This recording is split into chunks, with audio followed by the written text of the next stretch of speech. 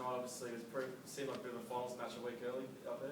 Yeah, actually, a few of the boys were saying it was like a finals intensity and finals pace. So I think it would have been a good game to watch if you weren't closely involved.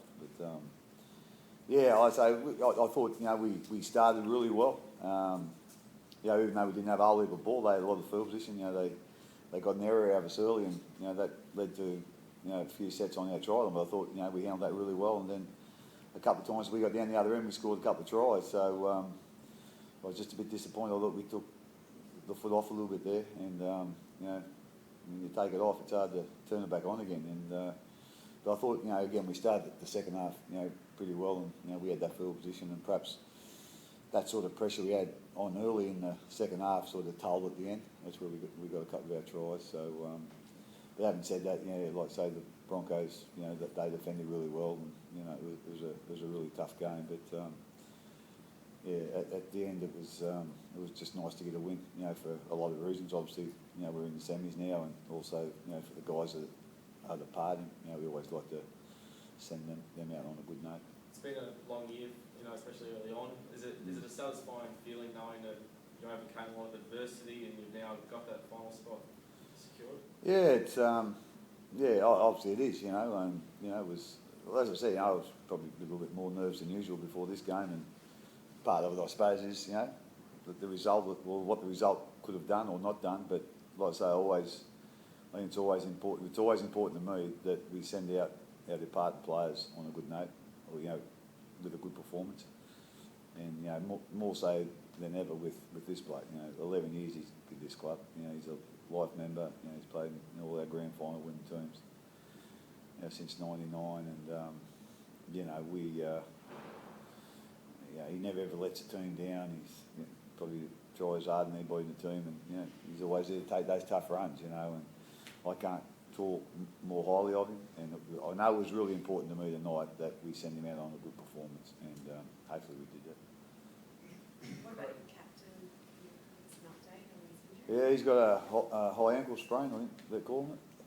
They've got a whole heap of different names now for ankle injuries. There used to be an ankle injury in my day, but it's a high ankle sprain. So, obviously I'm not quite sure how bad it is, but I don't think I don't think it's something that's real minor in that, for him to come off, it's obviously a bit of an issue. But, our physio tells me he's the best physio in the game, so I'm sure you'll get him up for next week.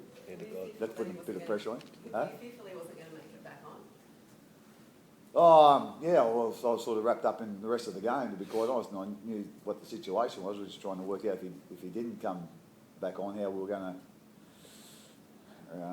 reassemble the team, I suppose, because Hinch wasn't going to be playing the 80 minutes, so that's what we were more concerned with. But at half time, he said he was pretty confident to get back on, and the physio said, he was pretty confident, just wanted a couple of minutes on the sideline to make sure that he could run, stretch out a little bit, and then as soon as we got the thumbs up, we just put him back on there again. So it's not ideal, to lose him, but having said that, these things happen, and hopefully, the physio can make good with his claims. When you said about Ryan, I think he topped or maybe just behind Mahi in the all-run meters, and so he obviously, Ryan, you want to speak for yourself, but you wanted to go on a good note yourself. Yeah, I just wanted to do my job for the team, because to be quite honest, we haven't been in this situation before where we've had to win to stay in the finals. Normally we've been quite well in the top four and sitting comfortably, so it was a different situation for us, but we knew how dire it was to get the result tonight, and personally it was just about doing my role and doing my role well. I got given a task by the coach, and that's what everyone's role is to do. I thought other blokes did it well too, Jesse Bromwich, Willie Chambers, so we're going to go well if we get 17 blokes doing their job well, and that's what we need to do going into the next week. Ryan, it's a bit of a relief feeling tonight, the result? I mean, obviously both personally and from the team's perspective. Oh, look, I wouldn't say relief. I was just, I was happy to get the win because we're slowly but surely playing to our potential, and that's what this team needs to do. We know if we're in the 8, we're giving ourselves an opportunity.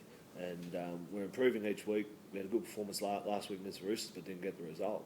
So it's all about playing to our potential, and I was really proud of the way we dug in defensively, because to keep a Broncos team to 12 points with all their attacking weapons just show that our attitude was right for maybe 60 minutes of the game, and if we get those other 20 minutes right, we're going to put ourselves in a good position.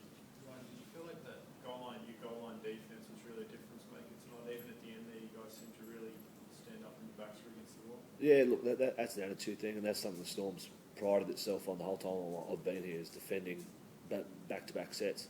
And it also gives the team a lot of confidence knowing that we can repel that team. So we'd like not to put ourselves in that position too many times during the game, but if we can keep doing that and keep improving in that area, like I said, it's going to give us a good opportunity. Craig, in the last, how were you handling those last sort of 15 minutes or so when it was tied up, and then Mahe sort of found a couple of tries? Yeah, he's a couple of good tries for us.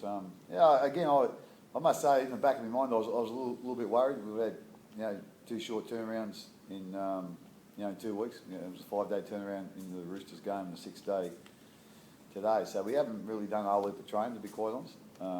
Certainly haven't had the preparation that you'd like, coming this time of the year. But we thought it's more important to try and keep the players fresh. I think last week, we sort of probably tied a little bit in the last 15 minutes, and you've seen last night with the Roosters, I think they tied a little bit in the last 10 or 15 too after a 5-day turnaround. So I think that has an effect on teams, and I was a little bit worried. So we were trying to get our interchange right. That was probably the biggest job I had to do in that last 15 minutes, just to get that interchange right. Especially when we got to the front 16-12 there, it was really important that I'd be aware of how many changes we had left, but who was going to go the distance that was still on there, and who the players you want out there when you're defending the lead. So that was really important for us, and hopefully we got that right. But it's always Melbourne, as Hoff said. With the weapons they've got in attack, you're always you're never comfortable. And we're never ever comfortable. Because the way Hunt and Barber have been playing, and they've got Hodges there, and Corey Parker can pull out an offload anywhere, and young Copley I think's made more line breaks than anybody else in the comp this year. So we knew they weren't going to go out in a whimper. They were going to do the best they could. And like I say, I was really happy with the way we defended that last 5 minutes. Doesn't sound much, but we've done a good job down there. One of his Tory got a head knock.